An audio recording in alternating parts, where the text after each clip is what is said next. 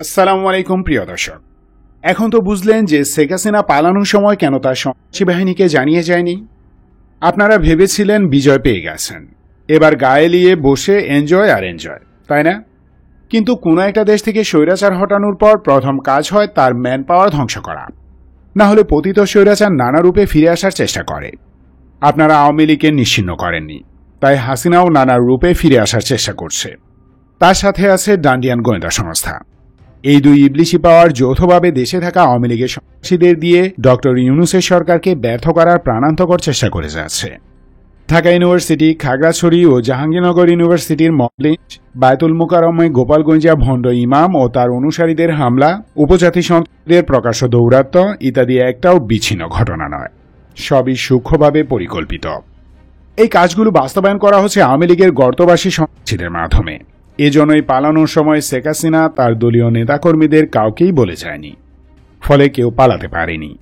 এরা এখন দেশকে অস্থিতিশীল করে ডান্ডিয়ার স্বার্থ উদ্ধারে তৎপর। তো এরা কিভাবে বাংলাদেশের ক্ষতি করছে চলুন দেখি।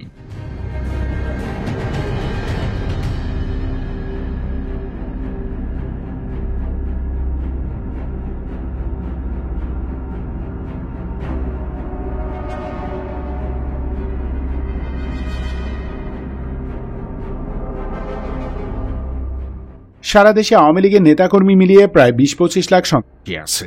এরা রাজনৈতিক সন্ত্রাসী। সামরিক ও বেসামরিক প্রশাসনে আছে কয়েক লাখ আওয়ামীপন্থী লোক। শেখ হাসিনার আমলে এরা অবৈধভাবে বিপুল পরিমাণ অর্থ কামিয়েছে। সমাজের 50% অর্থ কোনো না কোনোভাবে এদের কাছে। একটা দেশকে কিভাবে অস্থিতিশীল করতে হয় সেই কাজই এরা বিগত 15 বছর করেছে। মানে ধ্বংসাত্মক কাজে আওয়ামী লীগ সিদ্ধহস্ত। এখন তারা তাদের লুট করা অর্থের একটা অংশ বাংলাদেশকে অস্থিতিশীল করার কাজে ব্যয় করছে। অস্থিতিশীল করে আসলে লাভ কি? লাভ আছে। আমি আপনি নগদ নারায়ণের ভক্ত, তাই সুদূর প্রসারী চিন্তা করতে পারি না।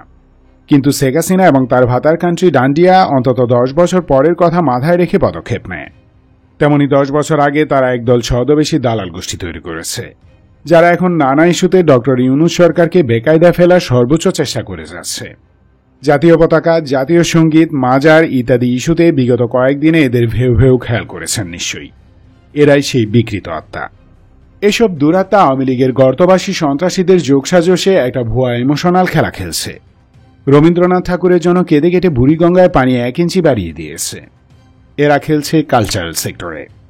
অন্যান্য সেক্টরেও অত্যন্ত সুপরিকল্পিত উপায়ে নানা রকম খেলায় মত্ত আছে পলাতক আওয়ামী সন্ত্রাসীরা, যার দিক নির্দেশনা আসছে ডান্ডিয়ান গোয়েন্দা সংস্থার মাধ্যমে। আর তাতে সাহায্য করছে বাংলাদেশের একদল বেঈমান।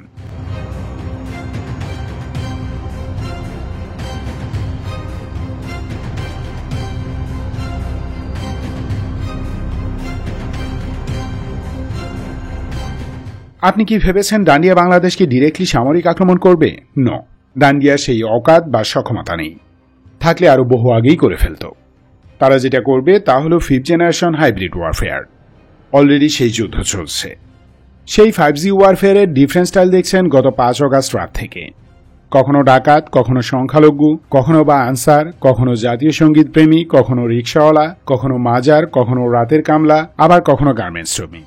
প্রায় সব চেষ্টাই ব্যর্থ হয়েছে। এমত অবস্থায় ডান্ডিয়া এবং শেখ হাসিনা আবারও সংখ্যালঘু কার্ড খেলতে চেয়েছিল। তাদের প্ল্যান ছিল পূজাকালীন সময়ে আওয়ামী সন্ত্রাসী বাহিনী দিয়ে সংখ্যালঘুদের উপর মন্দিরে হামলা করানো। কিন্তু তখনই ডক্টর ইউনূস সেনাবাহিনীকে বিচারিক ক্ষমতা দিয়ে মাঠে নামিয়ে দেন। ফলে সেই নাটক মঞ্চস্থ করা কঠিন হয়ে পড়ে। তাই তারা ভিন্ন পথে হাঁটে। সেই ভিন্ন পথ বা ডিফারেন্ট ট্র্যাকটা হল মব জাস্টিস, মানে মব লিঞ্চিং। ডান্ডিয়ান উগ্র রাজনৈতিক দল বিজেপির ধর্মীয় সন্ত্রাসীরা এই কাজে সিদ্ধহস্ত। কিভাবে সফলভাবে মব লিঞ্চিং শুরু করা যায় তার সিস্টেমিক প্রসেসগুলো বিগত 7-8 বছর ধরেই ছাত্রলীগ প্রয়োগ করে আসছে। এগুলো তারা ডান্ডিয়ান গোয়েন্দা সংস্থার একটি বিশেষ টিমের কাছ থেকে শিখেছে। শুনেছি যে কখনো যদি শেখ হাসিনার ক্ষমতা ছাড়তে হয় তাহলে বাংলাদেশের নতুন ক্ষমতাসীন দেশ শান্তিতে দেশ শাসন করতে দিবে না সে।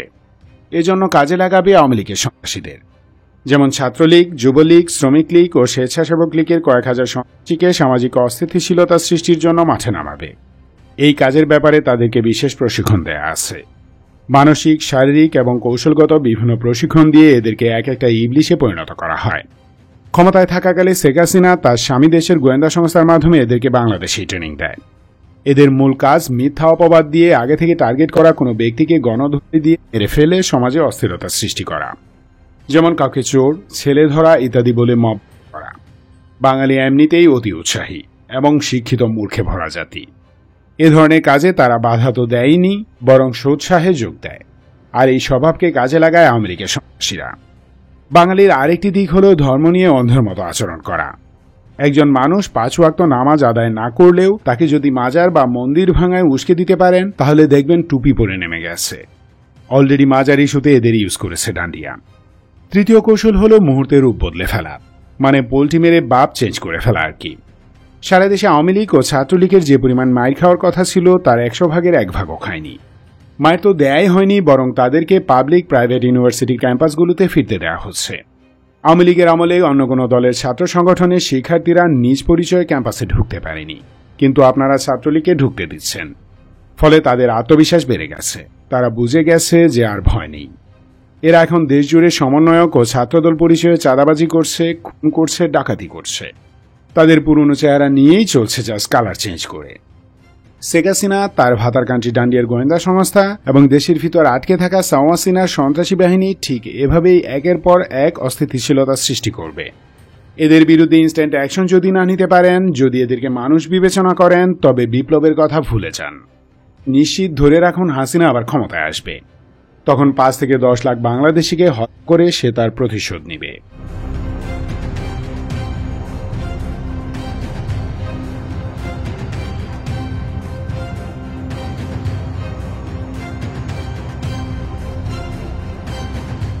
দ্বিতীয় স্বাধীনতার পর জগন্নাথ বিশ্ববিদ্যালয়ের ছাত্রলীগের এক নেতা সমন্বয়ক পরিচয় দিয়ে বাস কন্ডাক্টরকে মারধর করে। সেই ছাত্রলীগটাকে যদি তখন হাত পা দিয়ে আর্মির হাতে তুলে দিতে পারতেন, তাহলে আজকে ঢাকা ইউনিভার্সিটিতে এই ঘটনাটি ঘটত না। চট্টগ্রাম ইউনিভার্সিটির ছাত্রলীগ সভাপতি এক উপজাতি সন্ত্রাসী। সে চট্টগ্রামকে বাংলাদেশ থেকে আলাদা করার ঘোষণা দিয়েছে। এটা করার সাহসটাই তার হতো না। চট্টগ্রামের আওয়ামী লীগ এবং ছাত্রলীগের সন্ত্রাসীরা পাহাড়ি উপজাতি সন্ত্রাসীদের দিয়ে মামুন নামে নিরীহ যুবকটাকে হত্যা করতে পারত না। দেশে অরাজকতা সৃষ্টি হতো না। ছাত্রলীগ, যুবলীগ ও আওয়ামী লীগ ডান্ডিয়ান গোয়েন্দা সংস্থার নির্দেশনা অনুযায়ী পার্বত্য চট্টগ্রামে উপজাতি সন্ত্রাসীদের সাথে যৌথভাবে অরাজকতা সৃষ্টি করছে। এর সাহসই করত না। এই অরাজকতা বন্ধের একটাই উপায়, তা হল আওয়ামী লীগ গত 15 বছর যত কুকর্ম করেছে তার বিচার দ্রুত করা। এজন্য তীব্র আওয়াজ তুলুন।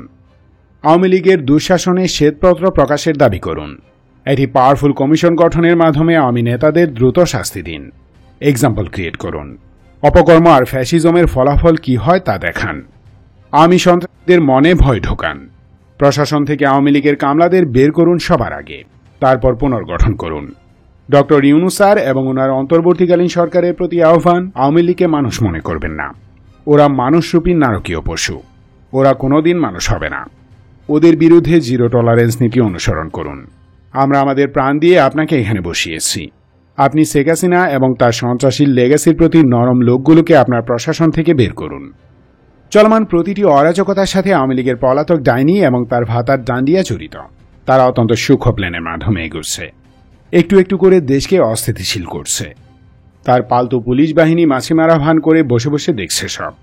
সন্ত্রাসীদের সুযোগ করে দিচ্ছে যেন পুরো দেশ স্টেপ বাই স্টেপ অস্থিতিশীল হয়। এই কাজ তারা করছে লুকিয়ে থাকা আওয়ামী নেতা, বুদ্ধিজীবী, সাংবাদিক এবং কর্মীদের মাধ্যমে। ওদের জেলে ভরুন। এরা যদি এই অরাজকতা চালিয়ে যেতে পারে, তাহলে প্রশাসনে থাকা ডান্ডিয়ার পালতু এবং শেখ হাসিনার মারা ডক্টর ইউনূসকে ক্ষমতাচ্যুত করবে। সারা দেশে চলবে ছাত্র জনতার ওপর ম্যাসাকার, যেভাবে পিলখানায় হয়েছে। এরপর সেই লাশের পাহাড়ের উপর ক্ষমতায় বসবে Sheikh Hasina. So stop this now by punishing each and every Aomi Leaguer. Show no mercy to them.